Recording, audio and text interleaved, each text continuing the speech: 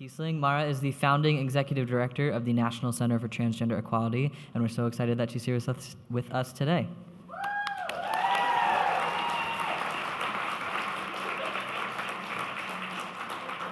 Hey, sorry, I'm a little under the weather voice-wise, so my voice is just doing all sorts of things.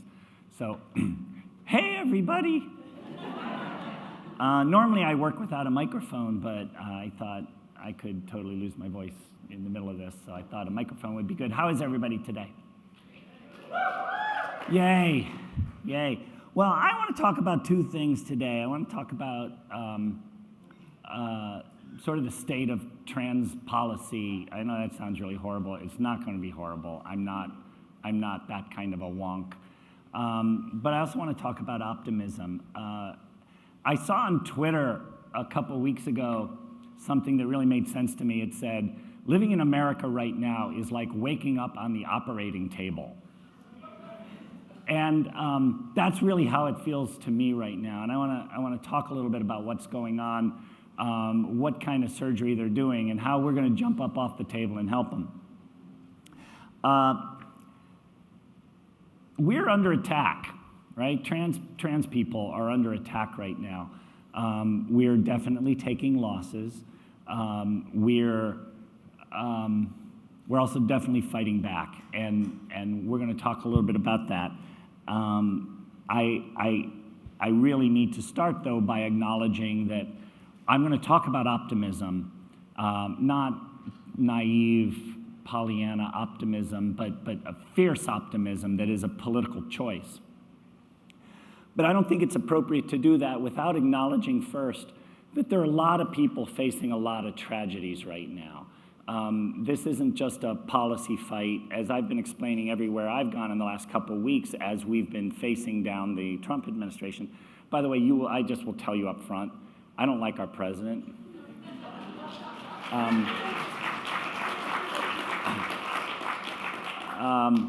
going to be totally nonpartisan here today. I really am. But I don't like our president. It's not a partisan thing. I just think he's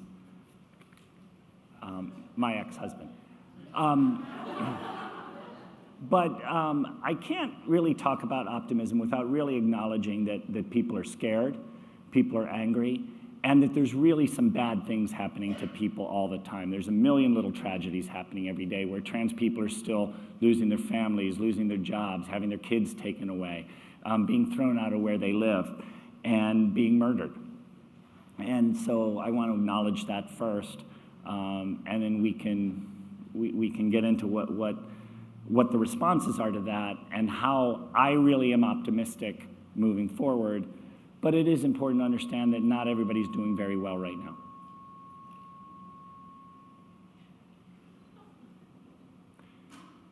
By the way, I'm super casual. You know, one of the things that's happening right now that's really hard to get our hands around in DC. So I'm the executive director of the National Center for Transgender Equality. And really what we do at NCTE is public policy change and public education. Those are really our two things. And it's getting to be really challenging right now. In the last 20 years, we've increased dramatically our political power, our ability to understand the system. Hey, Zach, should I be somewhere? No, I mean, you know what I mean. You want me up? You want me up? Yeah. Okay. No problem. I don't like to work with less than 6 microphones. So I decided to come up here. So just as we're starting to really get power within governmental institutions where trans people are starting to really get power, by the way, again, in a total nonpartisan way, you know, it is possible there will be a transgender governor soon. And that's a really amazing thing. It's a really life-saving thing. It's a thing I'm going to talk about in a little bit in a totally nonpartisan way. While wearing my extremely nonpartisan button. but as we're getting power in these systems, the systems are starting to break down. The rules are starting to change or to just dissipate. Now, that's going to be an opportunity we'll talk a little bit about, because when the rules start changing, you have an opportunity to help set the new rules. It's always a little more comforting when the rules stay the same, but they just aren't anymore. And we all have to pitch in and do that. We, as a trans movement, as an LGBT movement, had really developed a really great litigation strategy. And then a bunch of people didn't vote in 2016, and our litigation strategy has just gone to hell. We don't know if we can win it through the courts anymore. So just as we're getting power, just as we're getting resources, just as we're coming together and getting solidarity with lots of other movements, the system is changing in ways that it's really hard for us to take advantage of, but we're still going to do it. And at the same time, on the left, in the trans community, in the LGBT community, and just the queer community in general, there's a lot of horizontal hostility. There's a sort of a cult-like moral certitude that all of us have. I am, yes, accusing myself, but I'm also accusing all of you. Everybody is so morally certain of everything, and it's killing us. There's just not enough compassion. The Dalai Lama, who's not here with us today, he asked me to, say a few Dalai Lama words. But the Dalai Lama said something that I love. He said, if you want to help other people and make them happy, use compassion. But if you want to help yourself and make yourself happy, use compassion.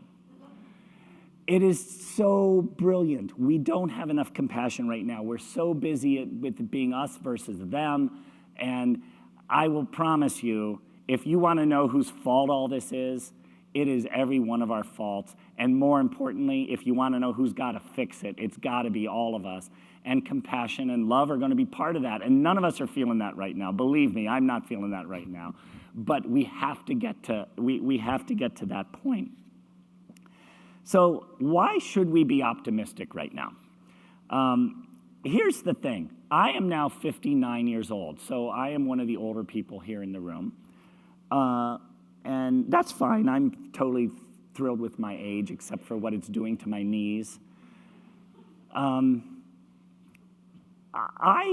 have a little bit of an advantage in optimism because I came up in the 1960s and 70s when there was nothing. The word transgender didn't exist.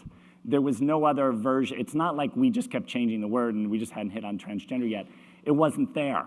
When I graduated from high school in 1977, there was not an out trans person in public school in the entire United States.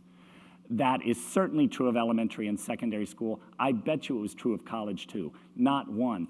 I was speaking at the University of Chicago last year and someone said, when you were here as an undergrad, how was the administration on trans issues? And I just laughed. Like, I didn't mean to laugh at them, but I was like, they weren't. They're like, well, how did the trans students feel about that? I was like, there were no trans students. They're like, what about you? I was like, well, I wasn't there.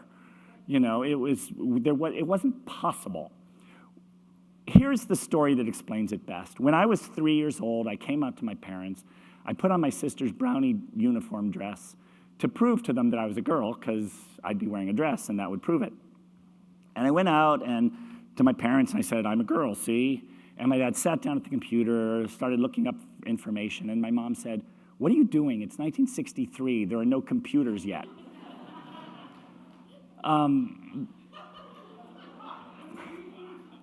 So there were no computers, which meant there was no information. There was no networking. There was no community. There was nothing but me in a family of 7 kids being absolutely and utterly alone, not knowing what this was, feeling shame about it, not having anybody to talk to, because that time I came out to my parents, my dad, apparently, I don't remember this, but my dad, according to my aunt, very nicely said, you know what? You're a boy, and you're always going to be a boy, and you can't wear dresses. And I learned from that I had to shut up about this, and I did shut up about it for another 35 years. But in those 59 years I've had, when I look at the chart of our progress, I'm not seeing Obama and now Trump.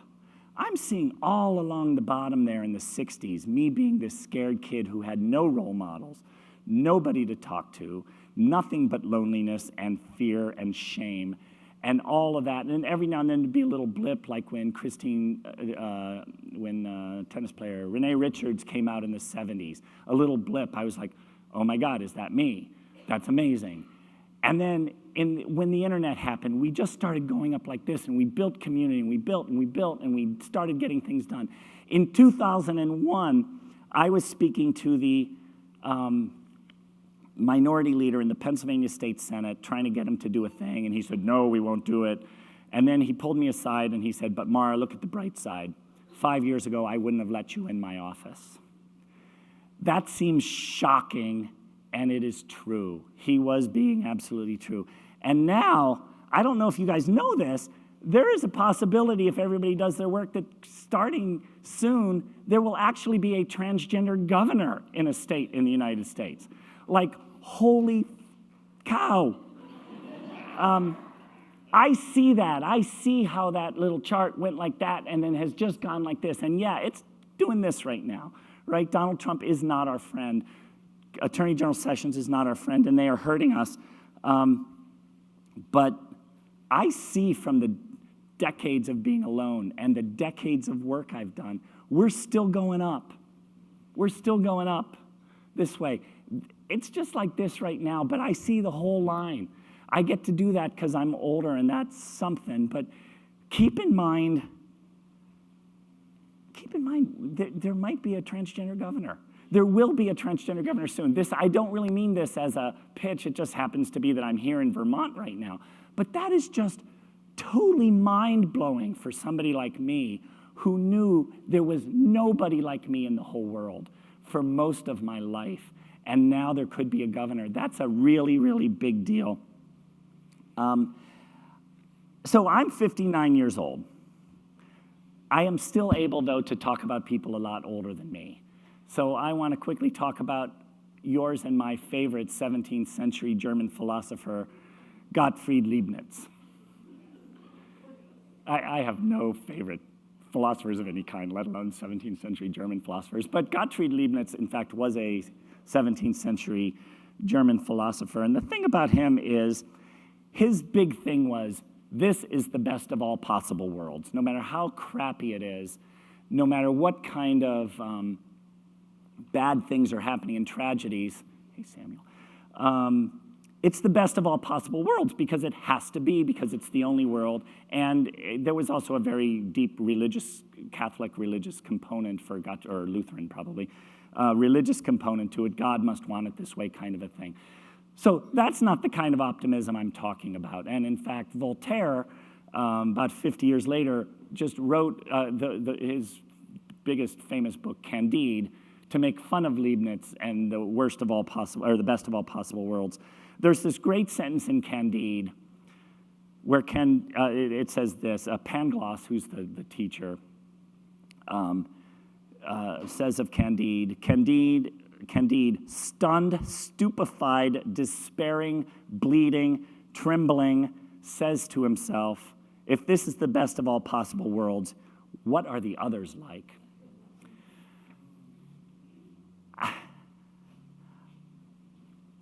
Is it the best of all possible worlds, right? Is that what I'm saying when I'm talking about this graph? Not exactly. I think I am not a glass half full person or a glass half empty person. I actually think I'm this is the only glass I get kind of person, right? This is the only glass we as a trans community right now get. And that glass has to be treated like the precious thing that it is. We have to make sure it doesn't get chipped. When it gets chipped, we have to mend it. Sometimes, like the last 2 weeks, we have to smash it against the fucking bar and take it out in the street for a fight. That's all true. But when the glass is low, we have to figure out how to fill it. When the glass is full, we have to figure out how to share it. It's the only glass we have. It is not that it's the best possible glass. I don't believe that, but I believe it's my only glass. And the work we get to do right now for all the trans people coming up behind us, that's the only glass we have to do it with. And we have to do it carefully. We have to do it responsibly and thoughtfully. And that's what the optimism is. It's a fierce optimism. It's not a, well, this is my glass, I'm going to go home and drink from my glass. It is a, this is my tool. What do I do with the tool? It's almost like you're a ninja, and you're just seeing what tools are around, and you're going to use them. So I think I'm an optimist because I'm predisposed to be an optimist. I think that's probably pretty true. I think it's partially in my wiring. So it may be easier for me. But make no mistake, optimism is a choice. Optimism is a political act. The people who you don't like right now, whoever they are, they want you to give up. They want you to say voting doesn't matter. They want you to say trans people don't have a chance. They want you to say there's no hope. Optimism is a choice, and it is a political act. It is a political tool. It is the cup that you have to work with right now. It's the cup we all have to work with. So what are we going to do? We're going to wonder where the other green card is what we're, oh, there it is. Okay, I moved it to a different place. I thought the green card was coming in now. Tired, sick, little, nonlinear. So what do we do? So I want to say that I am fortunate enough to know the single most important issue for every single trans person and gender nonconforming person. I know what the answer is to what is the most important issue, and that is, depends which one you ask. We do the National Trans Discrimination Survey, the US Trans Survey. We interviewed 28,000 people in 2015. We're gearing up for the 2020 survey. And in it, the numbers that really were important for me were, we saw that one quarter, so about 23% of the people who said they needed to get medical care last year didn't because they were afraid of disrespect or discrimination. So a quarter of the people who needed medical care, not a quarter of all the people, just the ones who needed medical care, said, I can't do it, it's too hard. I can't do it, I can't face the disrespect this time. And that's important, and that's a problem. But you know what? 1/3, 33% said, I needed health care and I didn't get it because I couldn't afford it. Because for so many trans people, poverty is the most important trans issue. For so many people, racism is the most important trans issue. Disability access can be the most important trans issue to people. All these things can be the most important trans issues, and we need to understand that. And in order to win, in order to be fierce, in order to be optimistic, I know that we have to have a movement, and we have to have organizations, and we as individuals have to be both moral and effective.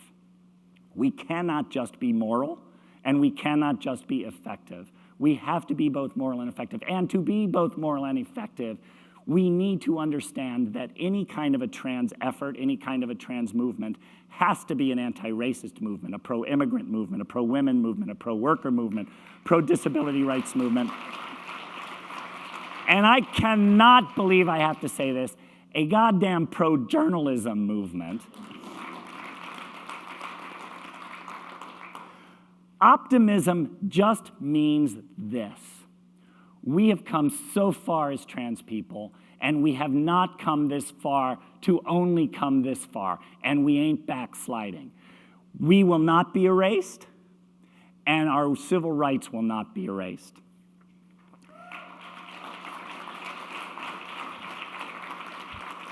Fierce optimism is a choice and a political act and a sticker.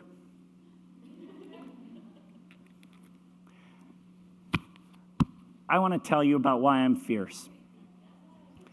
I'm fierce because every day, me and the folks at NCTE have to think about the Trump administration. We don't have the luxury of saying, I can't watch anymore. We have to sit up on the operating table and say, what are you doing with that scalpel? And we have to be fierce. I have a thing in my office that says, facing Trump, number 1, stop him. Number 2, slow him down. Number 3, mitigate the damage. Number 4, make him pay politically. And number 5, prepare to fix it later. We're trying to do all those things. So that's what we did this. Now I'm bringing out the green card.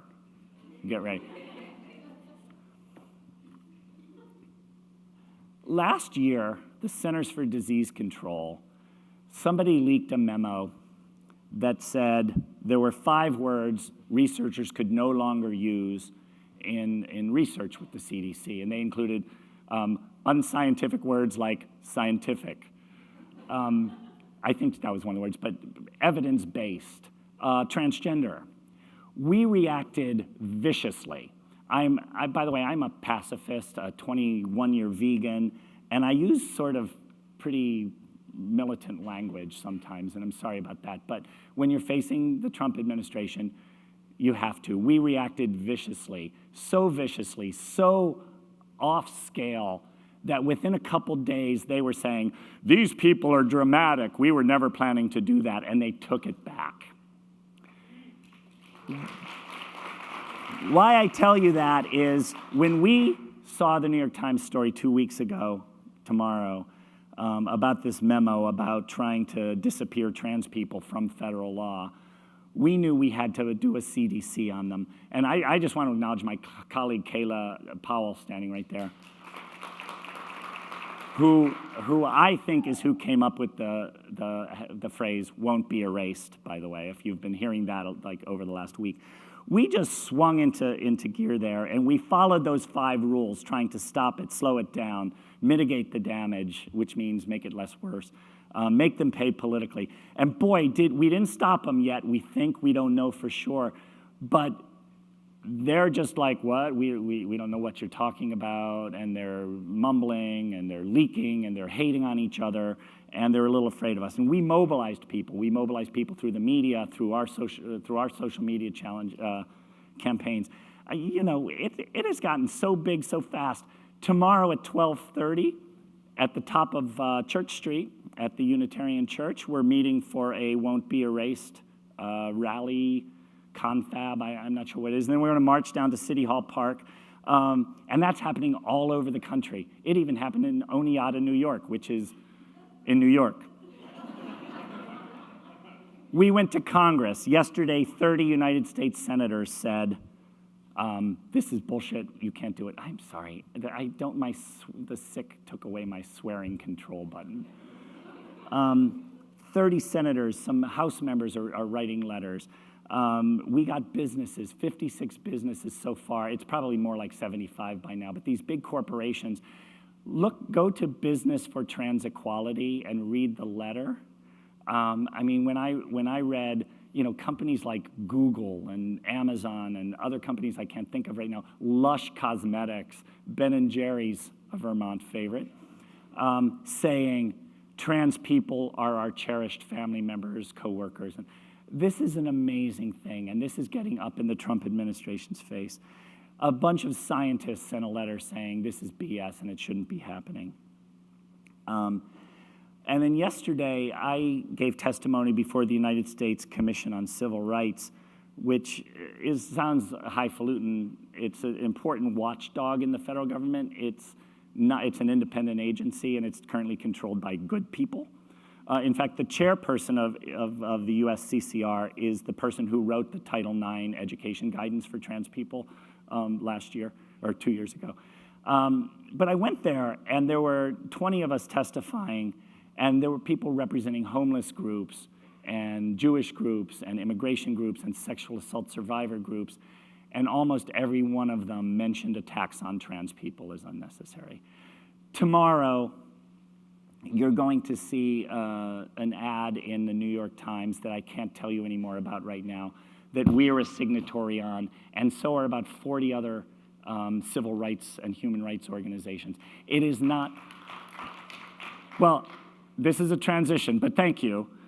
The transition is, it isn't about us. It's actually about what happened in Pittsburgh to the synagogue. And I tell you that by way of saying, while we're doing this work on We Won't Be Erased and what the Trump administration is doing to trans people, it's so important that we remember there were 2 black people killed in Tennessee by a Trumpian white supremacist, that there were pipe bombs sent to a whole bunch of people by a Trumpian white supremacist, that a synagogue saw 11 people get murdered. It is absolutely important that every one of us understand that every one of those fights is ours. When a misogynist group called the Happy Boys, the Gay Boys, what is it? Proud Boys, sorry, I guess Gay Boys wouldn't have made any sense. But when the Proud Boys go on a rampage and they're targeting women or they're targeting black people, that is a trans problem. And that has been part of what we've been doing all the last couple of weeks, because the last couple of weeks have been horrible by almost any decent human being. No, by any decent human being standards. Not every human being, however, apparently is decent. We're going to keep fighting that, and I hope some of you can join the rally. It is not NCT's rally. We just happen to be in town for it, and so proud to be supporting it. So let me tell you what fierce optimism does not mean. It does not mean passivity. It does not mean, well, everything will work out. I'm sure Donald Trump will settle down and things will just be dandy, right? It is not about docility and being docile and just rolling over. It is not about laying down or giving up or shutting up. It does not mean giving up our fears or giving up anything, really, except despair, except hate. It means giving up, but that's all it means. We have to be fierce. So here's what fierce optimism is. It is a choice. It is smart solidarity, right? Solidarity is so important. I really do feel attacked with the Pittsburgh thing. I do feel attacked by the Proud Boys. I do feel attacked when 2 innocent food shoppers are gunned down because they're black. That is an attack on me. That is an attack on our trans community. It is an attack on my beautiful country. Fierce optimism is about generous engagement. It is about letting people do their best work and not criticizing everything everybody tries to do because they didn't get every word exactly right or because they're focusing on something that you would rather them focus on something else. It is about generously engaging with everybody. It is about radical inclusion. We, as queer people, have totally forgotten that our big endeavor over the last 20 years, 30 years, 50 years has been about radical inclusion. It's been about saying, hey, society, you don't know us, you don't understand us, you don't like us. Please include us. Please understand we're part of the world. Please at least get out of our faces and let us live our lives. But it's about radical inclusion. I'm talking about Jesus' radical inclusion. I'm not a religious person, but I'm talking about everybody is welcome, whether they're lepers or trans people. We are demanding radical inclusion of society. We ought to be demanding it of ourselves to give to everybody else. We need to figure out how to radically include the people we don't like, probably excluding the president and the attorney general. But maybe not. But I was at a big dinner recently sitting next to this woman, and she said, I'm doing something sort of dangerous. I'm becoming a Trump supporter ally. And I'm like, what do you mean? And she said, I'm not a Trump supporter. I want to be an ally to Trump supporters to try to figure out how to bring them back in. And I was like, okay, well, that's pretty cool. I don't know that I could do that, but that's what radical inclusion is. Look for something like that. Look to radically include the people who you don't like. Do not be ostracizing conservatives on campus. Do not be thinking that way. Think about how it would be great if everybody was included because every one of us wants to be included. I know we don't always want to be included under the rules such as they are, and we want the rules to change too, and that's great. But we have to have radical inclusion. Fierce optimism is also about moral imagination. Moral imagination, I'm going to read you a definition, then I'm going to tell you what it really is. It's an intuitive ability to perceive ethical truths and abiding laws in the midst of chaotic experience. And what this means, the best way I can explain it is I found my grandmother's yearbook from 1921 when we were moving, this is 20 years ago, when we were moving her from the house she had lived in her family had since 1870 into a assisted living thing. And I found her yearbook. And even in 1921, people wrote in each other's yearbooks. And I found an entry from my grandfather And they were not married, although in 1921, I think high school students did get married a lot more than they do now. And it said, "Hey, Marion, you're super cool. Hope to see you this summer." And I was blown away because I never thought about my grandfather who died in 1974 that way, that he was a kid with a crush, that he was a kid with hormones and a crush, and that he was somebody who would write that in the yearbook, and that my grandmother was once just like me in a million different ways, and I don't think of her that way because I don't have the moral imagination sometimes to know that we're all so similar in so many ways. And moral imagination is about that. Moral imagination is understanding that's not an old person moving slow at the cash register, slowing you down. That's who you're going to be in 30 years. Or that's your grandmother who you don't want other people pushing around and hurrying up. That's what moral imagination is. Moral imagination is understanding that Trump voters aren't doing it to be mean. Some of them I think are, yes. But there are people who are hurt, and hurt people hurt people. And if trans people and queer people don't understand that hurt people, when so many of us are so hurt, we're not thinking clearly. We need to have the moral imagination to understand that people are more like us than not like us. And last, we need kindness. I'm going to tell you about kindness a little bit more in a second. I'm going to try to speed up a little bit here. But solidarity, just to say something else about solidarity, back around the turn of the century when I started with NCTE, I would go to these meetings in Washington, D.C., and I'd have to be the person saying, "But trans people, you got to put trans people in." I never get to do that anymore because all of us here, everybody has trained people to train good, caring people to care about trans people. That's who speaks up for us sometimes now. I don't mean they take our voice. I mean they got our back. And that is so amazing and matters so much. And we as queers are actually much better at letting people get our backs than we are getting other people's backs. And we have to remember, you have to be a friend to have a friend. But we have to remember it is supercharging us. When the military ban on trans people came, Nancy Pelosi's office called and asked if there could be a rally with members of Congress on the Hill. And so we were like, yeah, absolutely, and we'll send Mara down. So I go down, and there was somebody there representing Planned Parenthood. The executive director of Muslim Advocates was there. The executive director of the National Women's Law Center was there. So when there's a Muslim ban, when the public charge rule came out about asylum seekers and immigration, and immigrants, I have to be there. I have to be there because I want to be there. I don't mean I have to be there, but I want to be there. We have to be there for each other. We have to understand that's a struggle. If they can send 15,000 of the most deadly military people in the world, in the history of the world, to the border to face down a couple thousand terrified, hungry, tired, decent human beings, they can do it here. They can decide that Burlington is communist and a little out of control. Thank you, Burlington, for being communist and a little out of control. We need to remember all of us have to stand together, fight together, vote together, and win together. And we need to remember the optimism that we have not come this far to only come this far.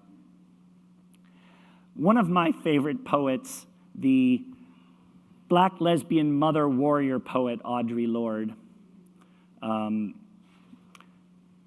said something. I have a plaque in my office that says this. It's the only wall decoration I have in my office. And it's such important words. And I'm going to say it twice. And think about every word. Breathe it in. Distill it for yourself. If it makes sense to you, love it and use it. If not, spit it back out. But here's what it says on my plaque, the words of Audre Lorde. When I dare to be powerful, to use my strength in the service of my vision, it becomes less and less whether I'm afraid. Every word. When I dare to be powerful, to use my strength in the service of my vision, it becomes less and less important whether I'm afraid or that I'm afraid. There's a lot to be afraid of. We're waking up on the operating table, for gosh sakes. There's a lot to be afraid of. Trump is somebody to be afraid of. But Trump is also, more importantly, somebody to be stopped, somebody to be counteracted, somebody to know that he's not staying around forever. And when he's gone, we're going to have a big mess to sweep up. But it's our place. It's our country. And we've got to sweep it up. We can't just say, oh, well, it's just too bad for us.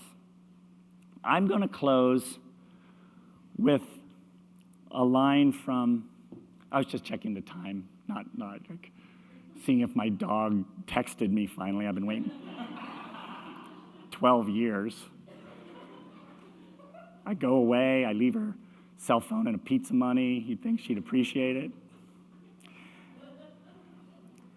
So I find myself failing having moral imagination all the time. I put people into boxes.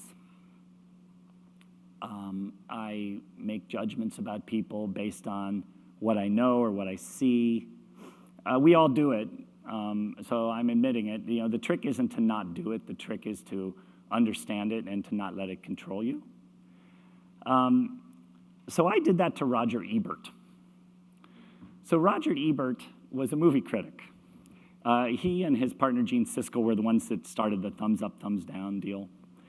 And I never really had much time for movie critics. I like movies. I don't go to a lot of movies, but I don't really care what random strangers think about movies. So Roger Ebert had no real role for me in my life. And it turns out, he passed away probably 4 or 5 years ago now. And I ended up reading his autobiography for complex reasons. Well, actually, because of the quote I'm about to read for you. His autobiography, by the way, is the most egotistically named autobiography in the history of the universe. It is called Life Itself.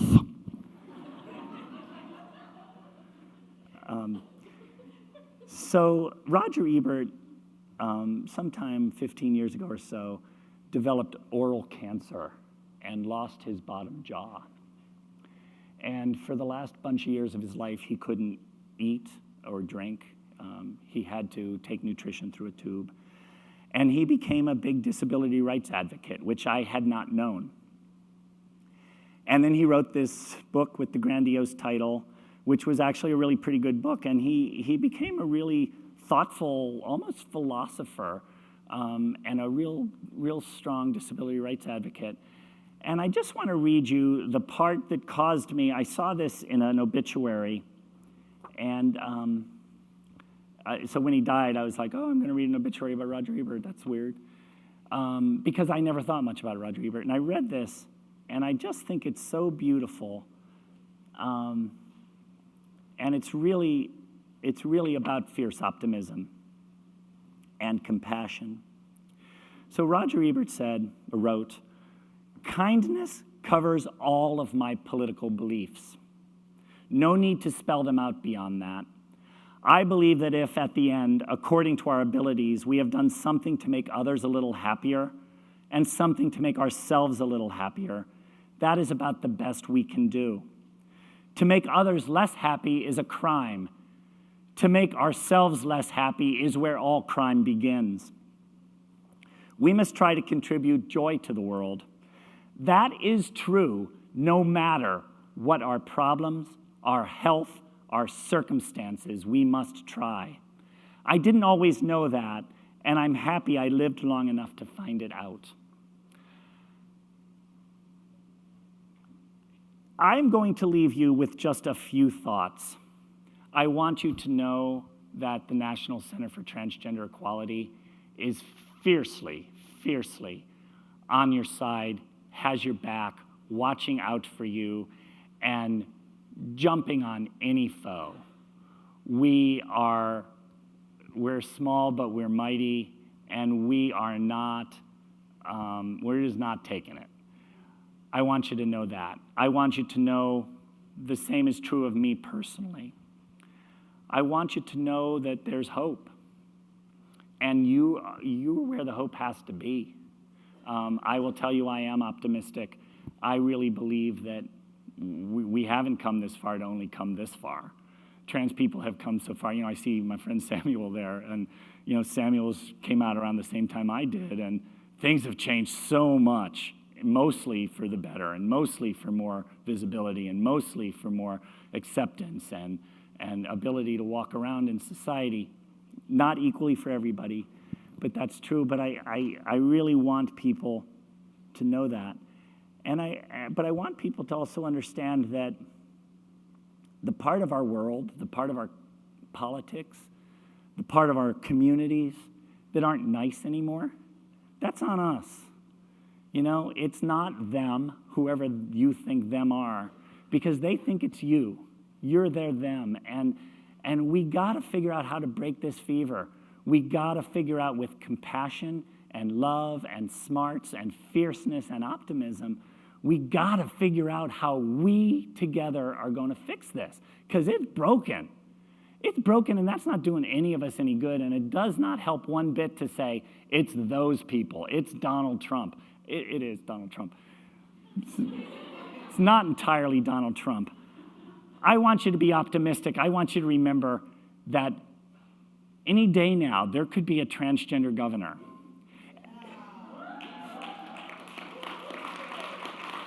And if Christine Hallquist is not elected governor by some horrible, because we didn't work hard enough, there will be another trans person who runs for governor soon.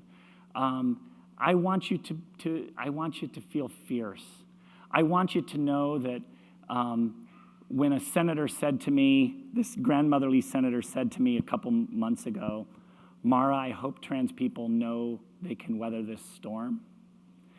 I want you to know what I said, that I believe, and I want you to know. She said, I hope trans people know they can weather this storm. And I said, Senator, trans people are the fucking storm.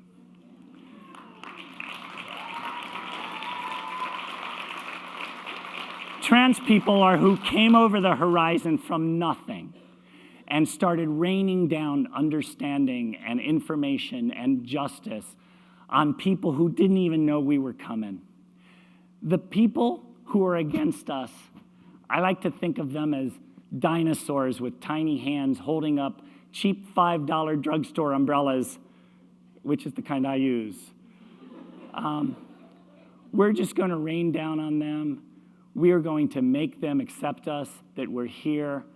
Our civil rights aren't going to be erased, and I promise you, we won't be erased. Thank you guys all so much for being here.